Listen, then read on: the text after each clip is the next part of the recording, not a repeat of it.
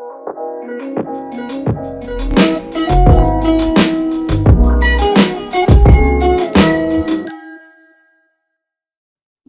back to Freedom to Learn podcast. My name is Guru Eleshwarapu, founder and CEO of Silicon Valley for You.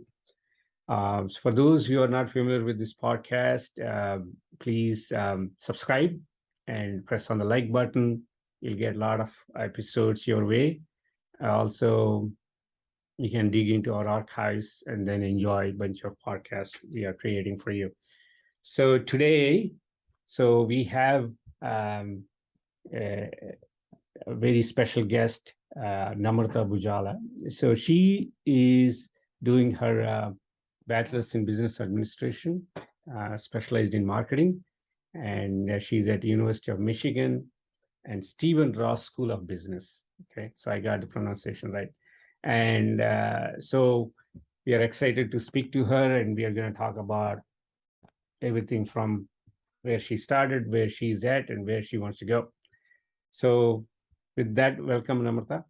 Thank you. Thank you so much for having me. I'm so excited to kind of talk about my experiences and so much more.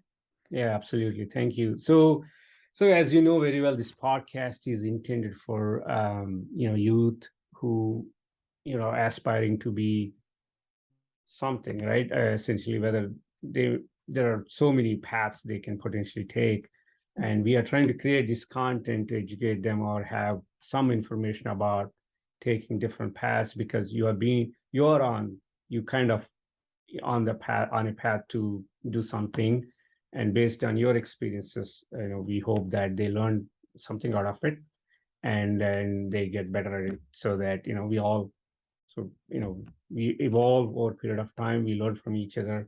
So that's the point of this podcast. That's why it's called Freedom to Learn.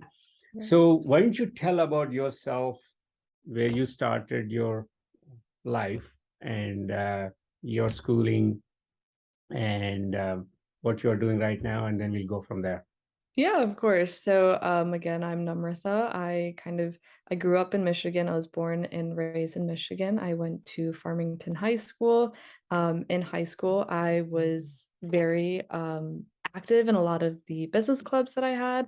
I always knew that I didn't want to go into pre-med or the sciences, mainly because I'm someone I like to meet people. I'm very creative. I knew that going into the sciences and studying for that long was not for me. And so from there, I kind of shifted all my classes in high school itself to take more business focused classes such as accounting and marketing. I let go of all the AP Chem and AP Bio. That's not something that I was interested in. And so from there, my dream school, my family's dream school, everyone's dream school was to go to Ross to then, study business. So from there, I'm currently a senior right now at Ross. I'm focusing in marketing. Um, it's kind of been a journey, I guess to say. You don't find a lot of people at Ross studying marketing. You see mainly the finance people and the consulting people. A small population of marketing and entrepreneurs. So from there, it's kind of hard to, gain those experiences and to do, to stand out, I guess, because you're already the oddball in the crowd, so you're already standing out for the wrong reasons. So it's been a long journey. It's been, pretty tough to find those resources, just because everything's, geared towards finance and stuff. But it's been great. I Yeah. love what I do. I'm very passionate about it. So that's what I want to pursue in the future as well. Yeah, I mean, I think, in my opinion, I don't know enough about that school and obviously all the programs. Actually, I have no idea. But in general, there are stereotypes. So what happens is, if you go to certain school, let's say UC Berkeley, Mhm. if you do computer science, okay, you're good. If you do something else, oh, okay, why are you not doing that? Why are you doing computers? I mean, why are you not doing computer science? You went to UC Berkeley. Point I'm trying to make is that there is a stereotype for you know for individuals and parents to follow. If you go through that, you you're being recognized as one of the successful stories. If not, Right. there is always going to be a question mark. In other words, your passion is not being considered at all, as in you as in any individual. It's all about, are you in that stereotype? If you're not, then you know, okay, you're okay, all right. So you're, so there is some kind of a judgment from both industry as well as education institutions. Right. And I can speak for myself, right? For instance, I did computer science. When I got out, so what happened? The education system told that guy, this guy is eligible for only software job, period. And the Right. industry tells me that this is the only job you can apply for.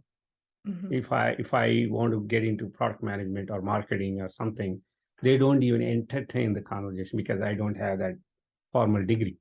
Exactly. And but for all you know, that's I know I did computer science for whatever reasons. The reason being, anyway, I don't want to get into the history. Back then, we didn't have any option. You write an exam, you take the seat that's available, and just finish it. Right. And we had one option, one path. So you take it, and but that probably, see, I end up not doing that today, right? And if I knew, maybe I would have done the BBA. So point is that these are the stereotypes. My message, or not my, as our company message to people is, you have to discover yourself. You have to go through the discovery process of what works for you. Right. With all due respect, none of the organizations are going to help you, neither high school nor college, none of those. You Right. sign up for something, they let you in if you're qualified. Otherwise, you're out. It's very simple. Right. And they never ask you, oh, is this your passion? Okay, can I take you through this journey? None of those conversations really exist anywhere in the world, and Right. not just the US or India or any, it's not there. And I mean, if it is there, here and there, one of cases, a few cases here and there, bottom line is, unless you figure out, and then, okay, you know what, this is what I want to do, and this is the system out there, and I either complement with what I have, or just finish it off so that you get a letter that states that you are a graduate, and then Right. you do what you want to do. So Exactly. so so with that backdrop, I have a question. When you got into your degree, did you envision something like this, how this is going to be, like, my business degree emphasis on marketing? Do you have any certain thoughts or certain you know um, a preconceived notion of what the curriculum and course would be? And if yes, did it look the same? You're almost completing, right? Are they both the same or completely different?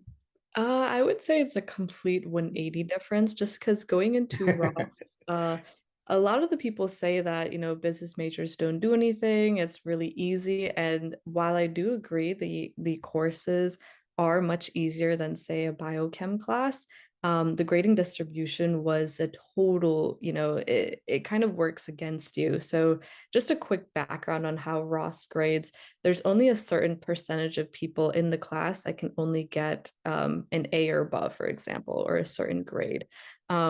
And so because of that, even if you end up with a 97%, for example, which you and I both know that's a very high A, if you fall below that percentage, you're going to get a B in the class. It doesn't matter how hard you've worked. If you fall Wow. below that percentage, that's your grade. So that was a really big learning curve for me, just because it gets really frustrating. You put in hours and hours of work to get that certain percentage. However, you don't see your final grade until the end of the class. And then you realize, oh, wow, I was below the 20%, the top 20%, and I got a B all of a sudden. Um, so that was something that was very discouraging in the beginning, just because it was like no matter how hard I worked, I had to beat everyone else around me. And it fuels that toxic nature that, Ross is kind of known for, that people, get very competitive, and for a good reason. Everyone's trying to beat everyone else so you can get that grade. So because of that, I quickly had to change my mindset where, I'm not relaxing anymore. I have to do better than everyone else. I have to maintain a great GPA, great, grade point average. I have to be, talking to professors, making those connections so maybe they can bump up my grade and help me, in different places and different subjects. So it was a huge learning experience, and it was definitely not the way that people told me that it would be Yeah. like. Yeah. But yeah, it was something to learn from. Hey, by the way, just so you know, if that's the benchmark we had, I would have been D minus or Yeah. something. So 97, I never heard of that. So Yeah. I never got 97, just so you know. I got Oh, once in my life 97 in math, one time. Sounds great.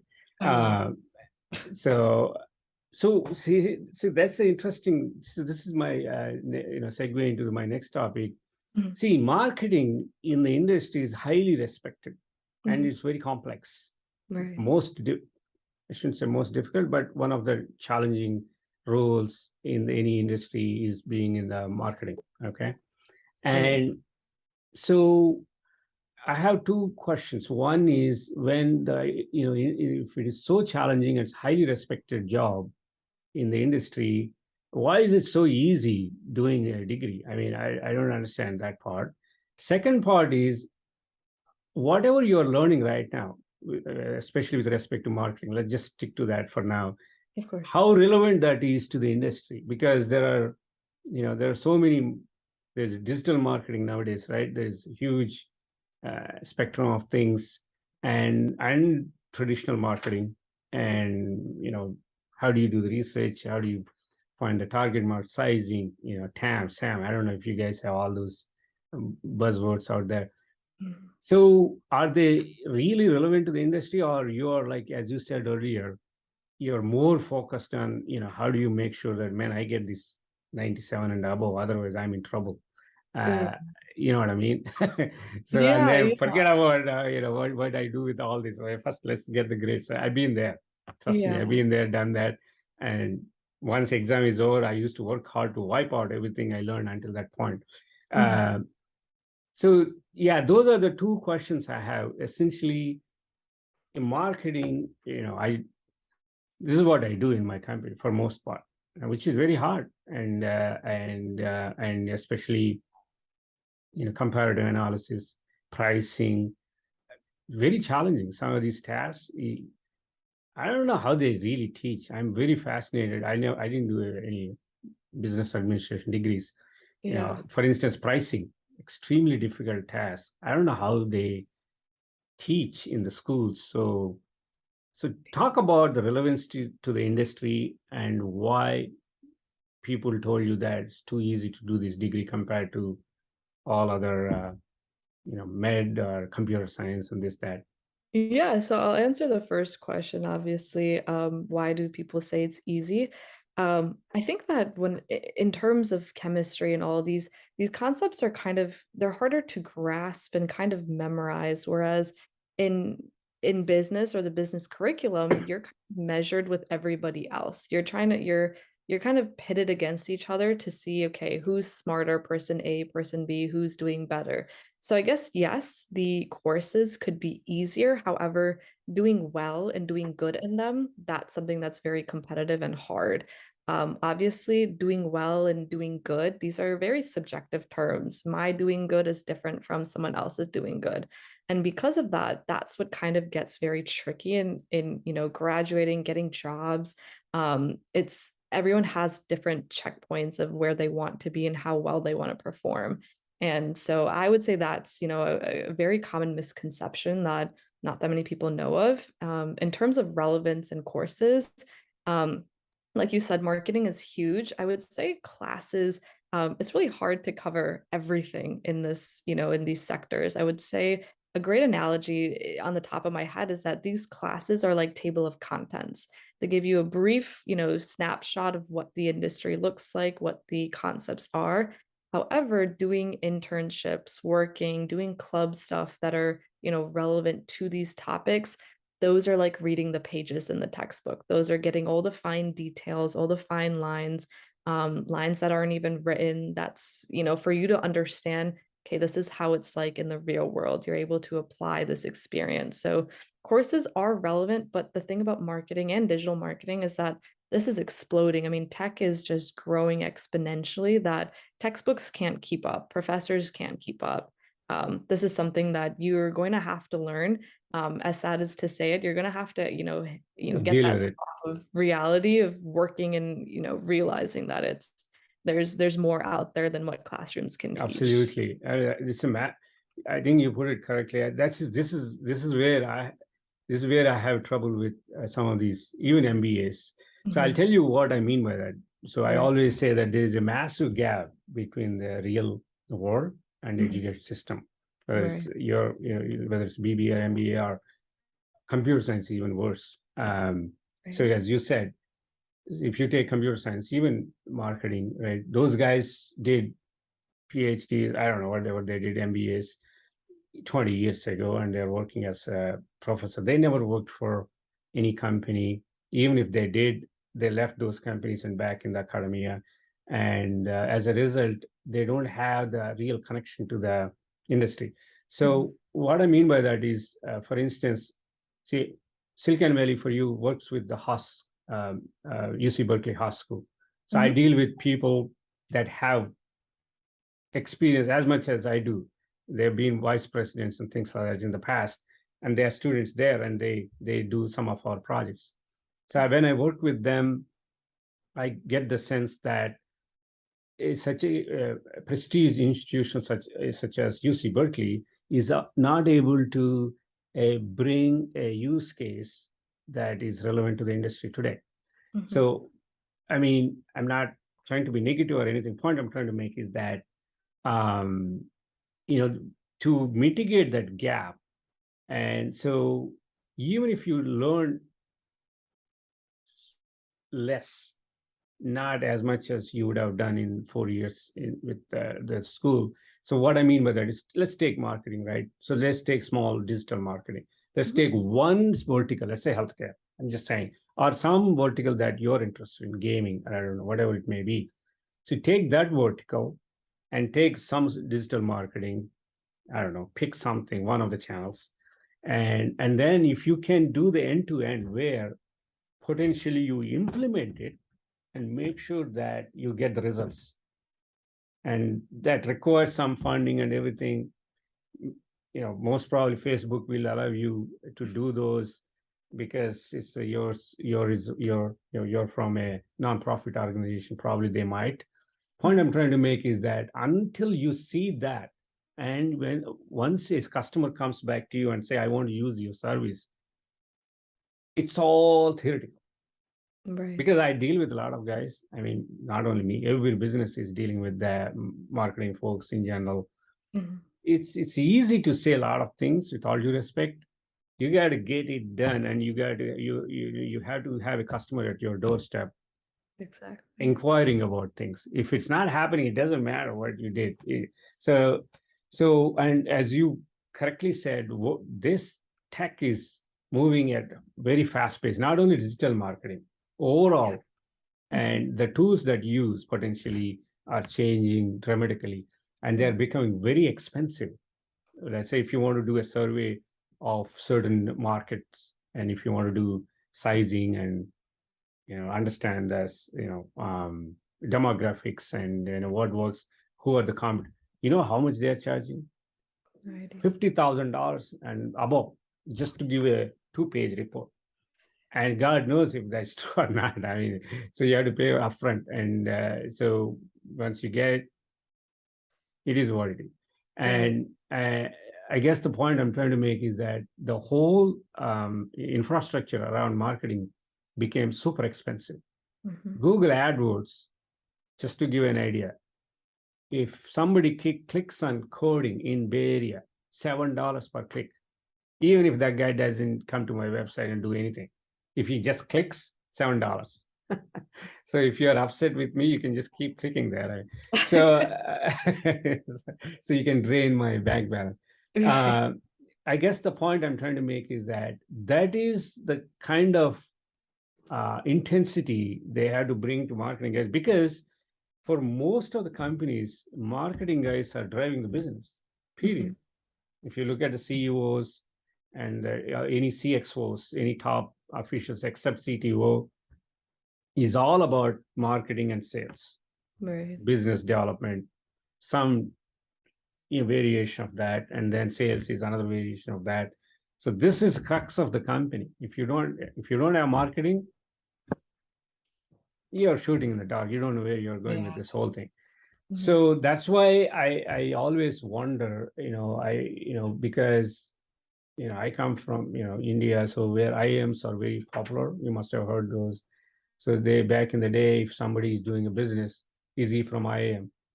Yeah. And also if IAM guy does a business, apparently that's supposed to be good. Right. Last 20-25 years, everything has changed. So a lot of IAMs are coding right now.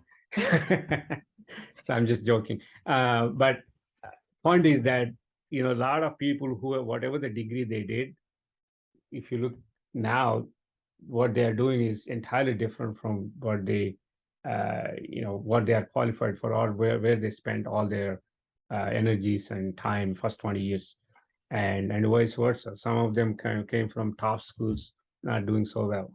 Some Right. not so top schools, they're doing extremely well. Mhm. Microsoft CEO, he didn't go to any of these elite Ivy League schools, Right. neither from India nor from here, but he's the CEO of one of the top companies in the world. Yeah. And you can go on and on. And so that's why I'm very, very fascinated to understand.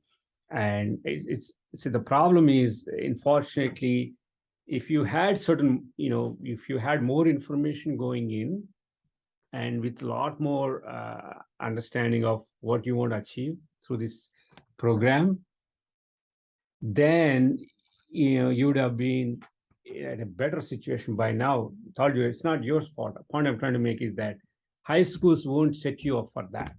Right. Right. When you are doing BBA, they should tell you this is what you are going to get out of this, and this should be your expectation. These are the things you're going to learn, and yada yada. After 4 years, this is what nobody's telling you anything. Right. And like you said, it's all bets are off. You go there, you realize that I have to get 97%. Yeah. That's the only thing you're hung up on, rightfully so. I would have done the same thing, trust me. And then you come out, and then it's not bad. I'm not saying it's bad, but what happens is once you start your career, it takes several years for you to figure out what is working for you, what is not working for you. Right. So that is the time that you shouldn't be losing, because this is the best time of your life, high quality life. You are healthy, enthusiastic, energetic, and you should be investing in gaining wealth of experience to set your trajectory, rather than just trying out, let's see what happens. Let's okay, oh, it's not what I did that. So basically, bottom line for me was, whoever gives me job, I join that company. That became my career. Right. Whatever he asked me to do, I'll do it. That became, I mean, they put me on mainframes. I got on the mainframe. Why? I have no idea. So I have two problems. One, I don't know what I want. Second is I need a paycheck. So I just do whatever you want. And then I came to US. And then here I was on H1B. So rest is all history. But anyway, um, so now I guess, let's say now that you're at the completion of your undergrad, so what's your next steps? What are your next steps? Yeah, so right now I'm actively recruiting to, work full time after graduation, and I want to get some industry experience before I pursue an MBA. Mainly because, financially it's just a smarter decision, but also I want to be able to have some more concrete skills. Again, like I said, a BBA is just the table of contents. I want to read the book a little bit more before I dive into a different set of, a different degree and a different, a harder course and whatnot. Like you said earlier, once you go into your master's after undergrad, it's a different game. It's a different playing field. It's, there's different people you're surrounded with. So I want to be able to, first gain some experience and then kind of have an idea of what I am gonna, step towards. I think, to me, it's my opinion purely, but don't take it literally. What you're doing is the right thing. I always say that once you complete undergrad, you are at a point where you are able to understand the world, and you're quote unquote qualified to be there according to our system, because you're graduated, you're 21 and above, etc. And so I think what your approach is the perfect one. So try it out and see. My 2 cents is figure out what's going to work for you. Of Okay, course. here is what's going to work for me. Now, let's say, okay, now I want to go down this path, and in order to do that, I need following skills. So then you decide to go whether you want to do masters, or maybe you just take a certificate, or just to do a crash course, whatever it may be. That kind of complements with your path, rather than blindly going into another, you know, degree that you have to deal with Right. 97 or 96%, and Yeah. then and then you come out, and then I tell you right now, you'll be back to square one. After you finish, you still don't know what to do. I Exactly. think that I fully agree with you, but again, it's my opinion. But for those who want to pursue masters, please take a stock of where you are, what you're doing, and what's working, what's not working, and don't get blindly into it. It's Right. okay if you go back to school after a year or two. It's not like end of the world if you really want to go back. Other thing I like to say is that the reason you want to try industries, you are in a very structured world from kindergarten to till date. What I mean by that is, for everything, there is a course, there is a curriculum, there is a semester, there is an exam, there is a pass, there is a fail, there is a grade. And if you get certain grades, this is the process. If you don't, this is the process. And every step of the way, you're looking at what do I do, and there is a sort of process laid out for you, and you just have to blindly follow that in some cases. Otherwise, just decide not to follow and just go home and drop out, right? Mhm. But world, once you get into the industry, unfortunately or fortunately, there is no structure. I call it unstructured world. Mhm. So you join a company and they say, especially if you want to be in marketing, hey, you work for this guy and figure out what we do with this product. That's it. So there is no course, there is no curriculum, there is no table of contents, none of those. And Exactly. sometimes, as a young human being, you're so used to a structure for so long, Mhm. all of a sudden, when you're in the unstructured world, like a fish out of pond, I mean, like you don't know where to start, and nobody's talking to me, nobody's telling me anything, because you have a professor there, right? If you have a Right. problem, you go to that guy, or you have a counselor there. You have only one counselor, like therapy. So Yeah. so I'm just joking, but point is that there is no guidance, there is no proper structure, and at times people may not have enough time to spend with you to guide you through all these. And so that's why it's very, very important to get that kind of feel. It's not, that's why they call it the word experience. You have to get that feel. There is no subject. You can't simulate that to Right. make you aware of it, or by defining a subject. And then there is no subject tied to common sense, right? There is no such thing. So that's why once you deal with it, then you understand that, oh, okay, now I'm able to connect the dots, and but I don't have enough skills in certain area.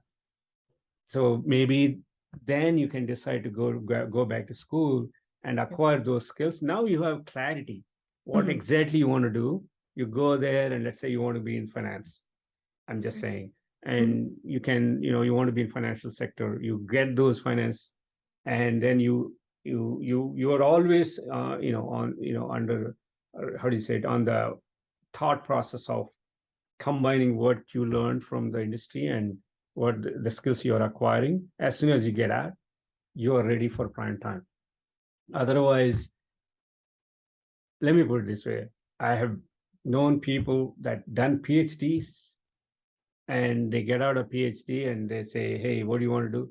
I want to take a year break. I don't know what I want to do. So Yeah. because I always tell them, you had 25 years or 30 years to figure it out, so now Exactly. you're going to figure out in 1 year break, I mean. So I guess other way to look at it is, young people, like I've been there and you're in that position right now. we all fatigued by learning so many things from kindergarten, math, physics, chemistry, I don't know what else, geography, history. One more, one more. And then now you're going to go back to school and they say, okay, first semester, you have all these. How many you, okay, enough. I mean, it's been 20 years. And, and then, and then now majority of students, when I deal with them, the question they have implicitly in their mind is, okay, I learned this, what happens?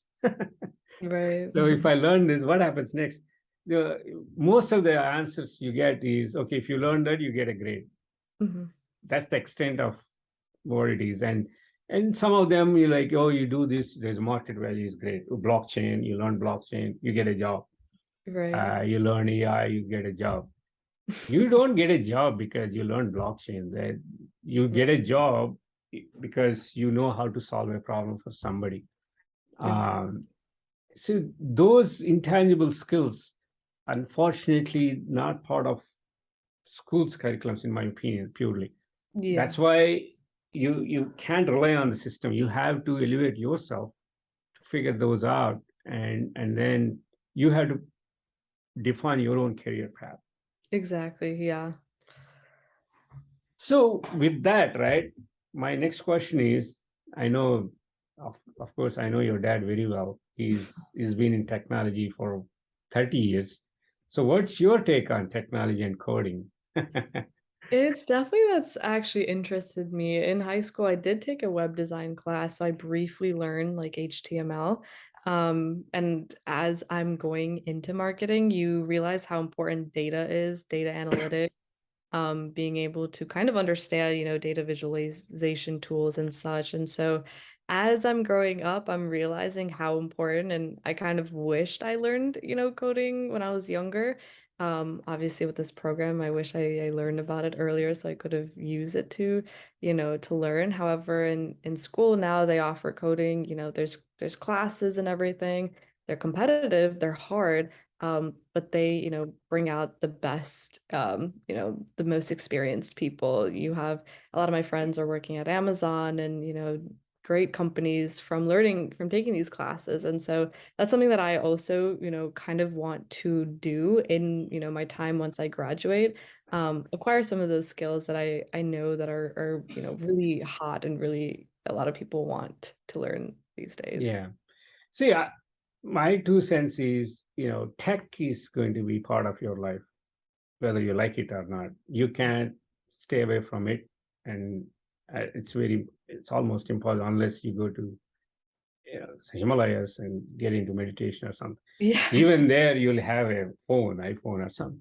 Mhm. So, point is that, especially in marketing, any business you go into, you have to deal with technology. My 2 cents to you is, it's very. I have a question also. I'll come to the question in a minute.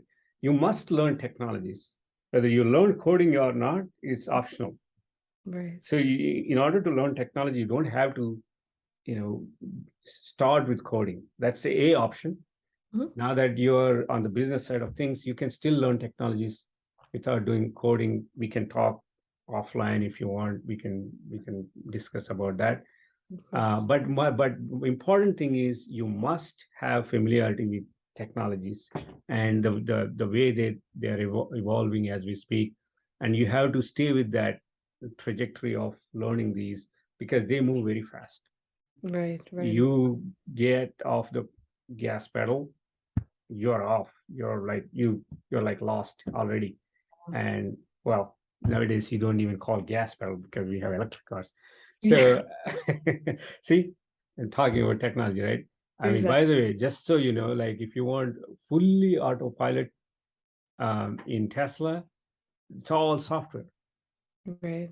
The upgrade you pay, Elon Musk tweeted he's going to increase the rate to 15 grand. It was 12K when I bought.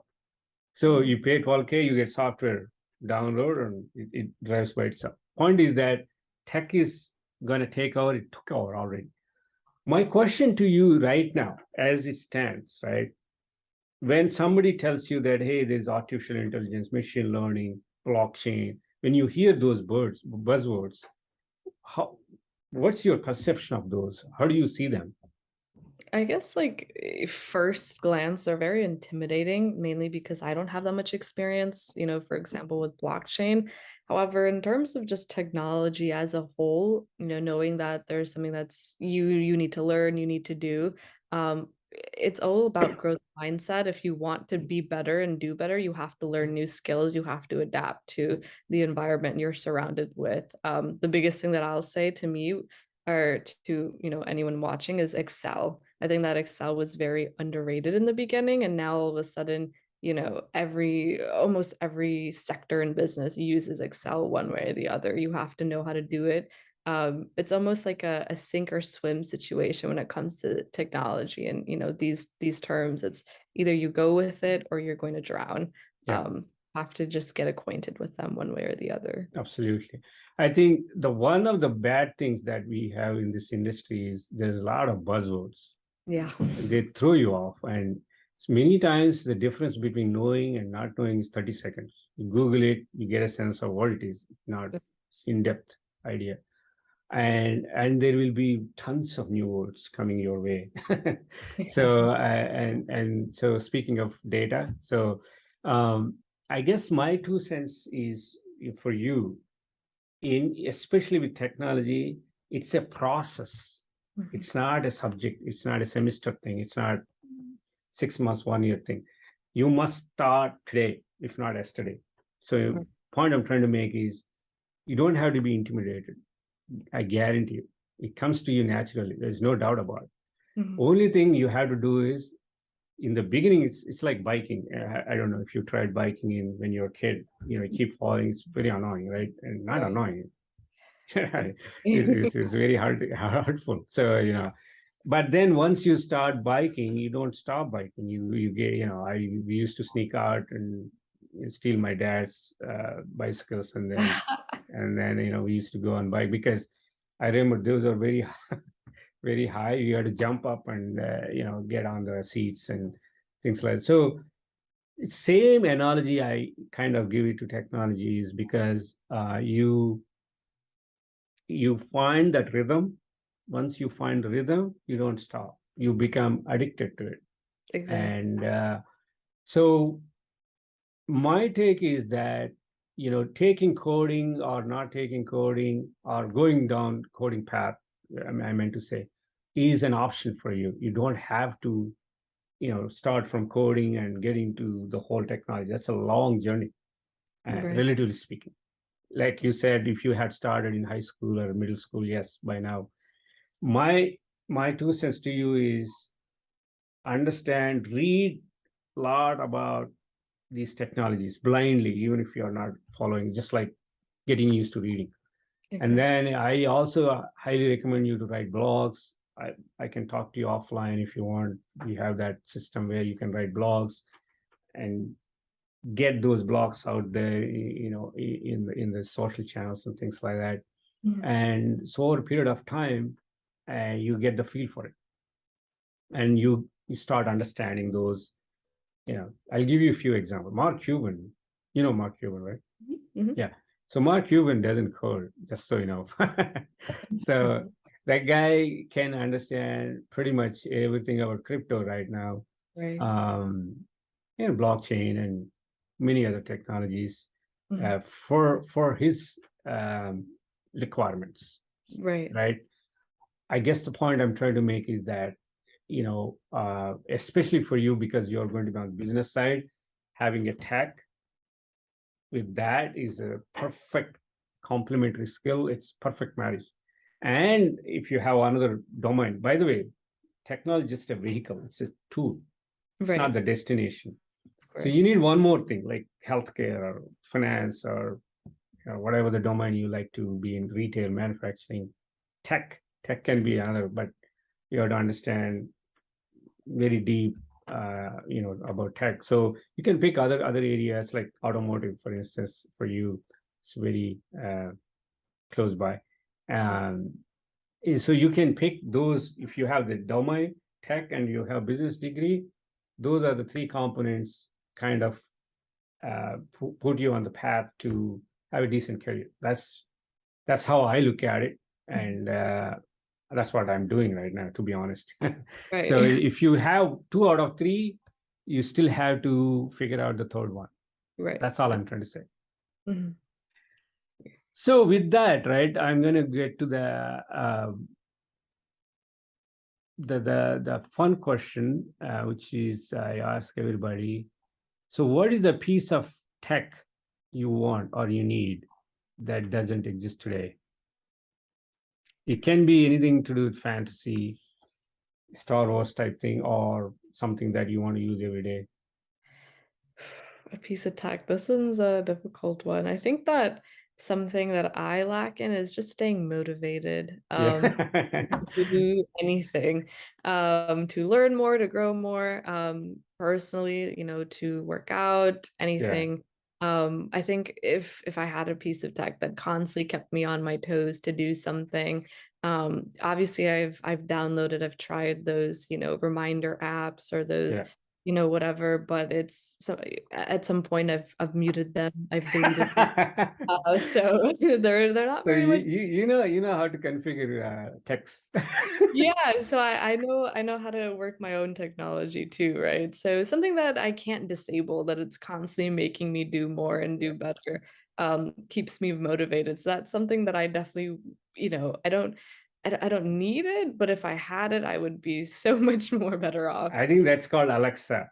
I guess, but even Alexa, you can just turn You it can off. turn it off, right? Yeah. So yeah, so there's that. So yes, see any gadget that in that sense, if you power it off, so they're It's not bigger than human beings. That's why you can just turn it off. Everything is off, right? It's over. So yeah, but I see what you're saying. I guess, um, yeah, I guess I mean, I don't know about the devices, but what I can tell you is that one other thing that's lacking is, you know, it's a the learning. I don't want to say education. Learning should be driven by a certain objective. So, in other words, I want to solve this problem. For instance, I want to solve something in healthcare Mhm. or education system or whatever it may be. Once you have that, and then once you work backwards and then start applying to what you're learning in your college, Mhm. then you will get the drive automatically. Of course, of course. That's the unfortunately that's lacking, you know, everywhere. And I'll tell you what I mean by that. World has evolved since for last 3 decades. See, Mhm. when I came to this country, there was no email address. Okay, Right. so look at now, right? Yep. Everything evolved, but Mhm. college is didn't. You're Exactly. still there going to certain school, it's staying there for 4 years, you stay in the dorm. Mhm. I don't get me wrong, all the social aspect of it is fantastic. Don't get me wrong. That Right. can be arranged outside of that too, in my opinion. But anyway, that's a different conversation. Other than that, you guys are doing what we have done 30 years ago. Right. That's not progress.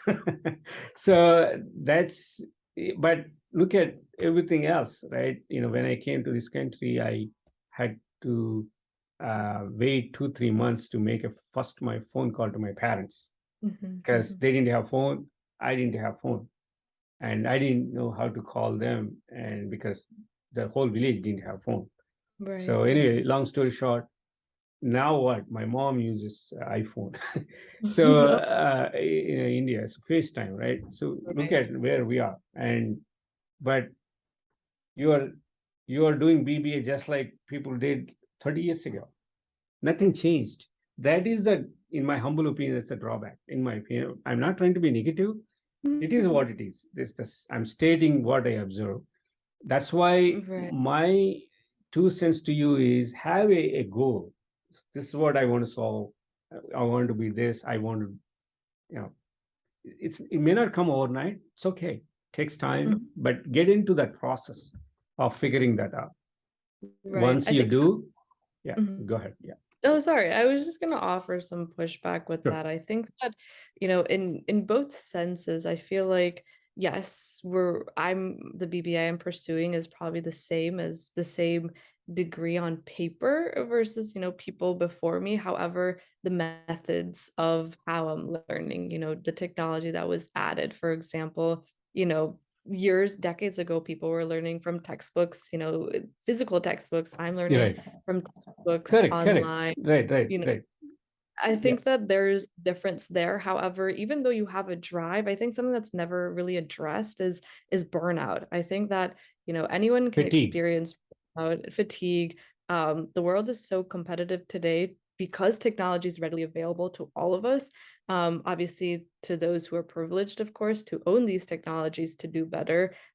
It gets tiring because sometimes you're not appreciated for your work, right? And that's Correct. where burnout kind of comes into it, is how long can you keep starting away at this goal, at this, end vision that you have, when you're not reaping the benefits that you want to see until you get there. That um, I agree. so I think That's there's some, correlation sometimes that happens, and that's what I guess it gets difficult. There's that gray area of, right. So what I was, I hear you. So I agree with you. So what I was saying by didn't change much. What I mean by that, obviously some mechanics changed. You use computer. I didn't have computer. right, Uh, right, uh, those are not changes. What I mean is the big picture is still the same. The right. big picture is, let's say if I'm in my first year, Mhm, okay, tell me what happens, and this is what I want to do. mhm, Give me exposure to identify myself and mhm. what I want to do. That infrastructure is not there. That's all I'm trying to say. Of That course, can be arranged with the current evolution. That back in the day, that was not possible because we right. were reading only textbooks, that nothing else. Of course, of course. That's number one. Number two is I agree with you that it's a long journey of learning, 20 years. Yeah. I mean, I also didn't know back then. I mean, when you look back after 20 years, I remember when I went to campus interview, the guy asked, "What do you want to do?" I didn't know the answer.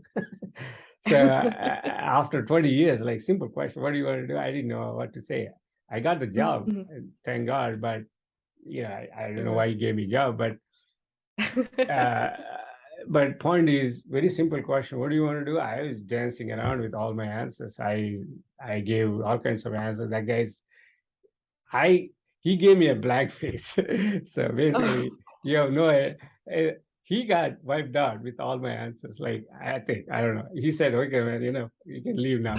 So luckily, I got a job. Point is that that's the status of a student back Mhm, then, and I think more or less same. That's all I'm trying to say. I mean, it's not nothing has changed. I talked to a lot of guys. I interview a guy, Purdue, like mhm, he's completing computer science third year. I asked him, summarize what you learned in last 3 years. This is the interview though, not podcast. mhm. The guy had struggled.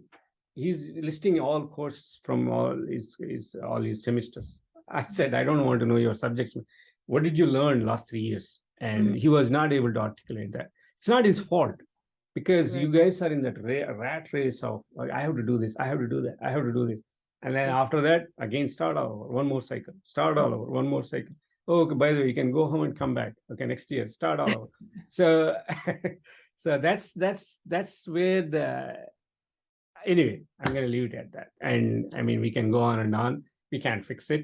Right. So I thank you very much for taking time. So what we'll do is we'll do another podcast sometime maybe after you get back to school and everything.